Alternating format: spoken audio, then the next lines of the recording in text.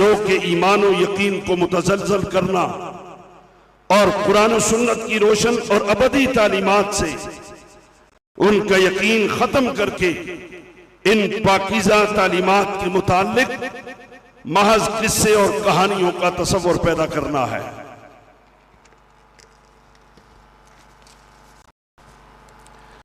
जिसके लिए आलमी मालियाती इदारे अरबों रुपए की फंडिंग करते हैं। दुख और अफसोस इस पर नहीं कि दुश्मन क्या कर रहा है, दुश्मन होता है और वो दुश्मनी में आखिरी हद तक जाता है।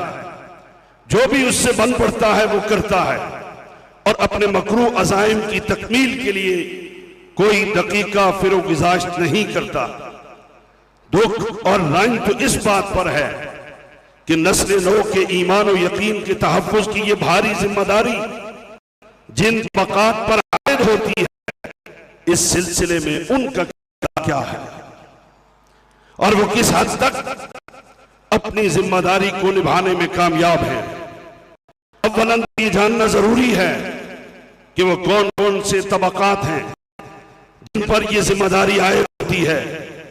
मेरी नजर में 3 तबक़ात पर यह जिम्मेदारी आयद होती है। नंबर 1 माँ बाप यानी घर का माहौल। नंबर 2 उस्ताद यानी मदरसा और स्कूल की चारदीवारी का माहौल। नंबर 3 इमाम और खतीब यानी मस्जिद से हासिल होने वाला सबक। सय्यद आलम सल्लल्लाहु तआला अलैहि वसल्लम का फरमान मुबारक है, अद्दिबू औलादकुम सलासा खिसाल हुब्ब नबिय्यकुम व हुब्ब आले बैतिही व क़िराअतल कुरान।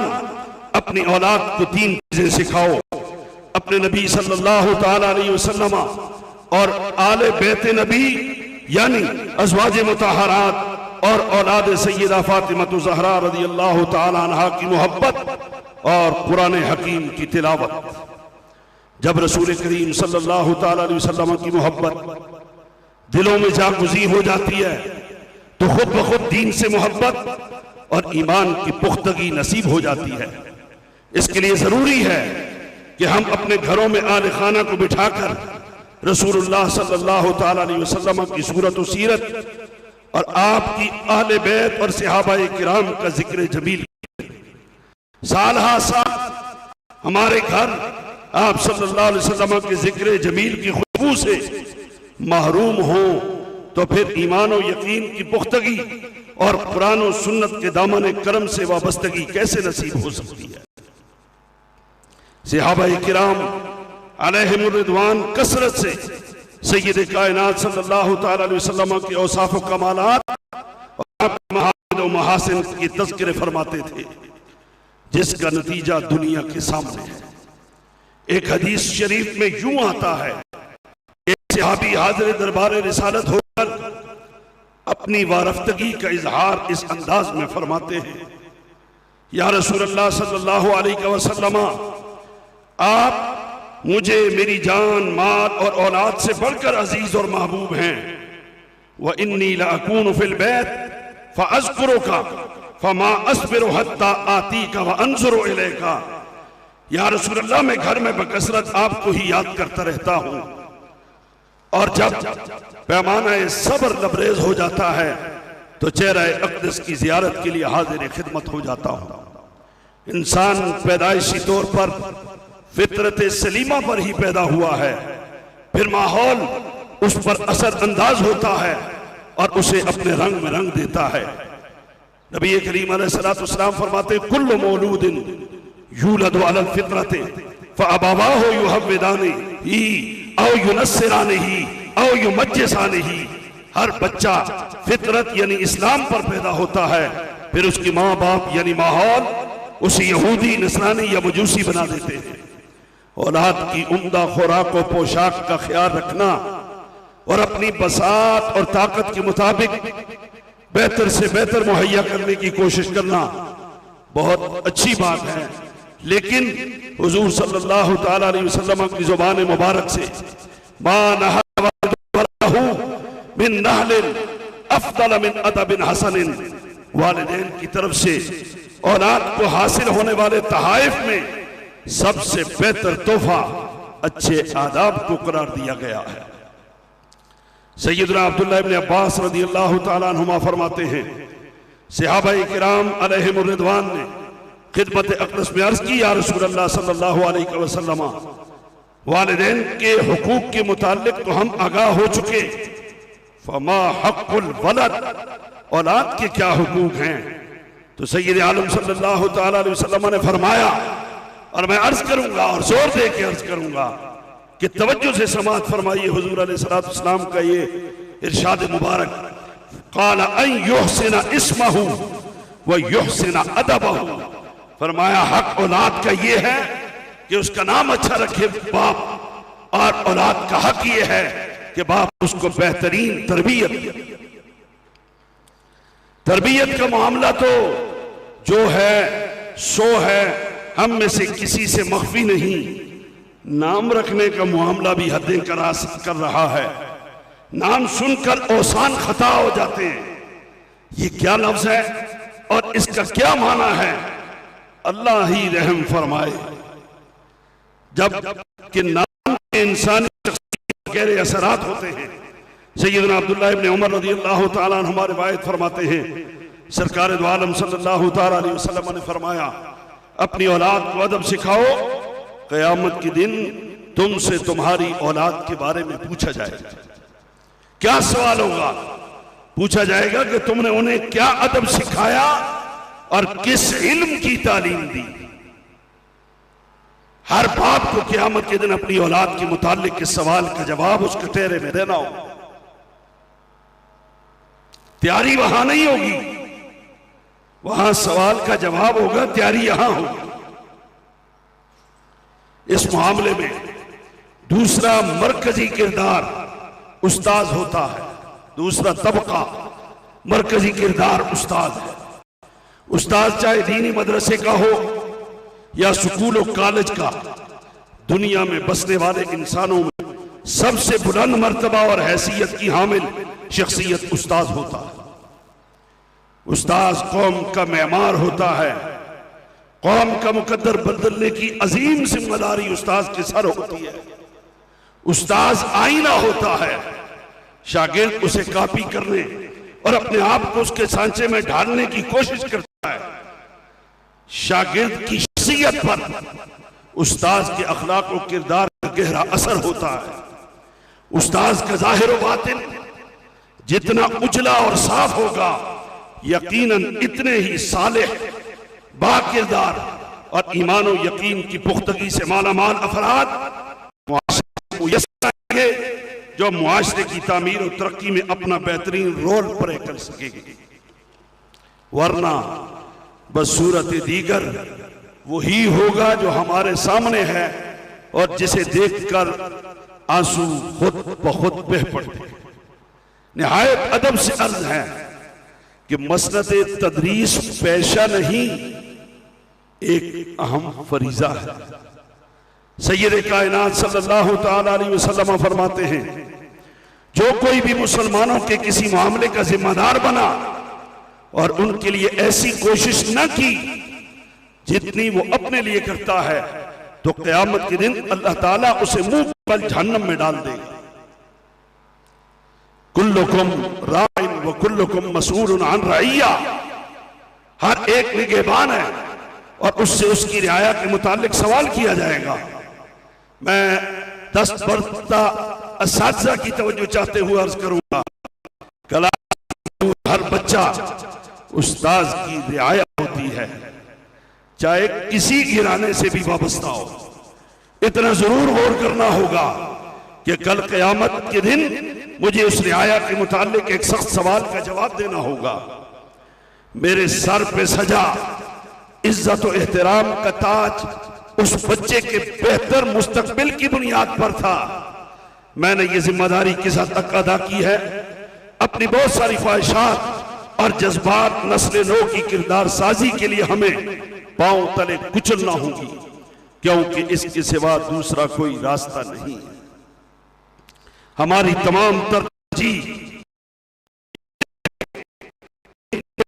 तबीयत और इनके किरदार को एक बंदा मोमिन के किरदार में ढालना होगा।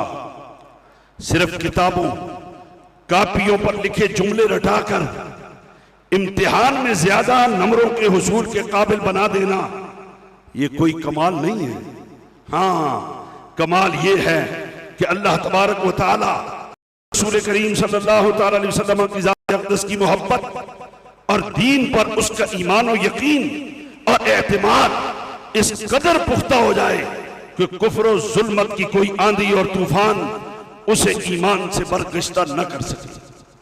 जरा गौर फरमाएं, नबूवत और रिसालत, इमामुल अंबिया, इमामुर रसूल, हबीब किबरिया जैसे मनासिब जलीला पर फायज होने के बावजूद जब तारुफ का मरहला आया तो फरमाया इन्नमा बुइस्तु मुअल्लिमन, मुअल्लिम होने की हैसियत से अपना तारुफ करवाकर उस्ताद के मकाम रफी को वाज़े फरमाया। अल्फाज नहीं रटाए बल्कि अबू बकर से सिद्दीक, अतीक, उमर इब्न खत्ताब से फारूक आजम, उस्मान इब्न अफ़्फ़ान से कामिलुल हया वल ईमान और अली इब्न अबी तालिब से असदुल्लाह बनाकर दुनिया को दिखाया। खुद न थे जो राह पर औरों के हादी बन गए, वो क्या नजर थी जिसने मुर्दों को मसीहा कर दिया। यहां मौजूद अजीज तुलबा की तवज्जो चाहते हुए ये जुमला मैं फिर दोहराऊंगा ताकि तुलबाए किराम मेरी तरफ मुतवज्जे हों। हमारे और आपके माहौल में थोड़ा डिफरेंट है, फर्क है। हम मदरसे और मस्जिद से वाबस्ता लोग हैं। हमारी गुफ्तगू जब होती है मस्जिद या मदरसे में तो अंदाज और होता है, आपका जरा अंदाज हमसे मुख्तलिफ है, लेकिन मैं अपने बच्चों को मुतवज्जे करते हुए अर्ज करूंगा। यहाँ मौजूद अजीज तुलबा की तवज्जो चाहते हुए एक बात अर्ज करना जरूरी समझता हूँ। सैयदना अली मुर्तज़ा कर्रमल्लाहु तआला वजहुल करीम फरमाते हैं, मन अल्लमनी हरफन फहुव मौलाई इन शाअ अअतकनी व इन शाअ इस्तग़मनी। जिसने मुझे एक हर्फ सिखाया वो मेरा आका और मैं उसका बंदा और गुलाम हूं। अब उसकी मर्जी चाहे तो मुझे आजाद कर दे, चाहे गुलाम बना ले। मेरे अजीज दोस्तों और बच्चों, क्लास में दाखिल होने से कबल जरूर जहनों को वाह कीजिए, जरूर जहनों की खिड़कियां और पर्दे खोलिए, हटाइए पर्दे और सोचिए कि मैं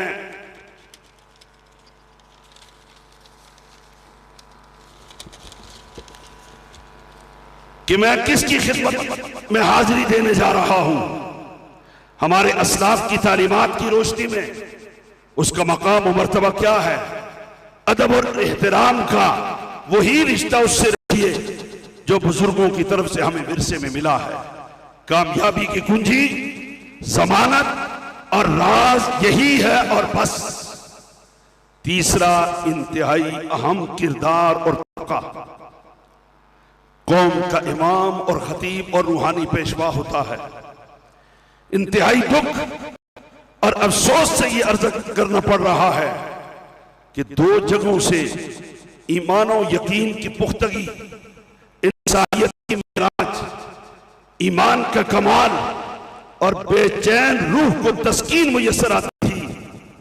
एक मस्जिद जहां इल्ला माशा अल्लाह अब सिर्फ मुनाजरे,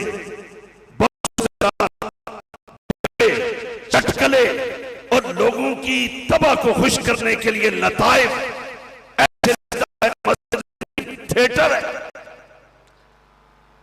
और मैं इस अजीम मजमे का फायदा उठाते हुए ये बात अर्ज करना अपनी दीनी जिम्मेदारी समझता हूं।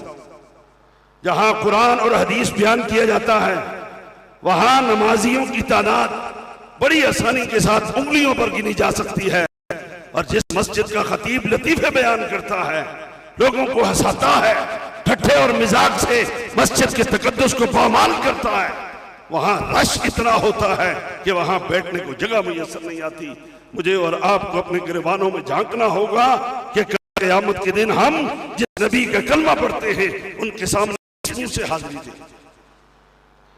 मेरे नबी ने चटकले नहीं सुनाए, लताइफ नहीं सुनाए, मेरे नबी ने अल्लाह का कुरान सुनाया और फिर अपना बयान सुनाया और फिर दुनिया बदल के दुनिया के सामने मेरे आका अबू बकर, उमर, उस्मान, अली और 1,24,000 सिहाबा लाए जो एक से बढ़ के एक है, और कायनात इंसानियत उनमें से किसी एक की भी मिसाल पेश करने से आज नहीं क़यामत तक आजिज़ व कासिर रहेगी, थी, है और रहेगी। मैं अर्ज करूंगा, मस्जिद को थिएटर बनाने से परहेज कीजिए, और आपसे भी अर्ज करूंगा उस मस्जिद का रुख कीजिए जहां कुरान सुनाया जाता है, रसूलुल्लाह का बयान सुनाया जाता है। मैं थोड़ा जज्बाती हो गया, मकाला पढ़ने वाले जज्बाती नहीं होते, लेकिन चूंकि ये अपना फन ही नहीं है मकाला लिखना फिर उसको पढ़ना, ये मौलाना जावेद साहब की मेहरबानी है, मुझ जैसे नालायक आदमी को मजबूर किया और कहा तुम भी लिखो। तो मैंने कहा चलो ट्राई करते हैं कि हम भी कुछ लिख सकते हैं या नहीं लिख सकते। बहरहाल मैं इंतहाई दुख और अफसोस से ये अर्ज कर रहा हूं कि 2 जगहों से ईमान की पुख्तगी, इंसानियत की मेराज, ईमान का कमाल और बेचैन रूह को तस्कीन मुयस्सर आती थी। एक मस्जिद जहां इल्ला माशा अल्लाह अब सिर्फ मुनाजरे, बहस व तकरार, झगड़े, चटकले और लताइफ रह गए हैं। उलमा हमारे सरों का ताज हैं, उलमा हमारे सरों का ताज हैं, उलमा हमारे सरों का ताज हैं। तमाम तर एहतराम के बावजूद ये बात अर्ज करने पर दिल मजबूर कर रहा है, दिल मजबूर कर रहा है। सुनिए कि हमें शिकवा है, आपको नहीं। मैं खतीब हूं, मुझे शिकवा है, और शिकवा क्या है कि ऐन नमाज जुमा के वक्त लोग मस्जिद में दाखिल होते हैं। अब दीन की बात किसको बताई जाए? तो हुजूर दस्तबस्ता अर्ज ये है, हमारी उर्दू तकरीर सुनकर भी जब दामन तलब खाली और रूहें बेचैन रहेंगी, बल्कि पहले से ज्यादा बेचैन हो जाएंगी, तो फिर मैं अर्ज करूंगा वहां ऐसा ही होगा। हमने अपनी अदाओं पर गौर करना होगा। इतनी न बढ़ा बाकी ये दामा की हिकायत, दामन को जरा देख, जरा बंदे कबा देख। आज भी ऐसे मराकिज मौजूद हैं जहां रश की वजह से लोगों को जगह न मिलने की शिकायत रहती है। और सुनिए, दूसरा मकाम जहां से दिल को सुकून मिलता था वो खानका है, वो खानका है, वो खानका है, वो अल्लाह के दोस्त का मस्कन है। इल्ला माशाअल्लाह जहां अब सिर्फ ढोल की थाप पर रक्सो सुरूद, भंगड़े, धमाले, शरीयत की पामाली तो देखने को मिल सकती है, शरीयत की बहाली का कोई तस्वुर नहीं। मेले ठेले तो देखने को मिल सकते हैं, दिल की मेल कुचेल उतारने का कोई एहतमाम बाकी न रहा। और मजबूर होकर कह रहा हूं, जागों के तसर्रुफ में वो काबों के नशेमन वाली बात है। इन चंद सत्रों की तहरीर से इस्लाह आमाल व अकायद मकसूद था, न कि किसी की ताकीर व दिल आजारी। फिर भी अगर मजमा में मौजूद किसी की दिल आजारी और रंजीदगी हुई हो तो फकीर ज़ियाउल हक फरीदी उस पर दिल की अथाह गहराइयों से मादरत ख्वाह है। अल्लाह जो कुछ अर्ज किया पहले मुझे और फिर आप सबको अमल करने की तौफीक अता फरमाए।